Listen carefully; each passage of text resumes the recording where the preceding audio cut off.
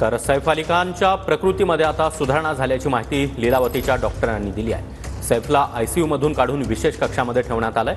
सैफ सध्या रुग्णालयामध्ये रक्तबंबाळ अवस्थेत आला होता, मात्र आता त्याची प्रकृती उत्तम असल्याची माहिती डॉक्टरांनी दिली आहे। लीलावती रुग्णालयातील डॉक्टरांच्या टीमनं ही माहिती दिली आहे। चाकू आणखी खोलवर गेला असता तर मात्र गंभीर दुखापत झाली असती, असं देखील डॉक्टरांनी म्हटलं आहे।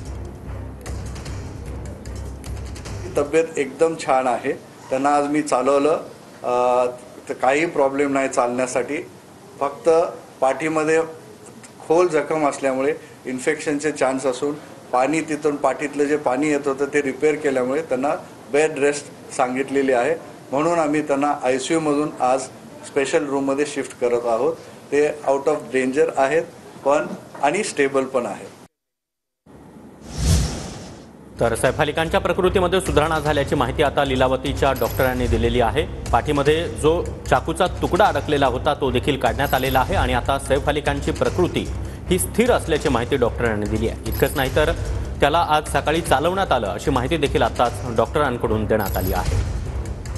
तर सैफ अली खान रुग्णालयात आला तेव्हा मात्र तो रक्तबंबाळ अवस्थेत होता अशी माहिती देखील लीलावती हॉस्पिटलच्या डॉक्टरांकडून देण्यात आली आहे।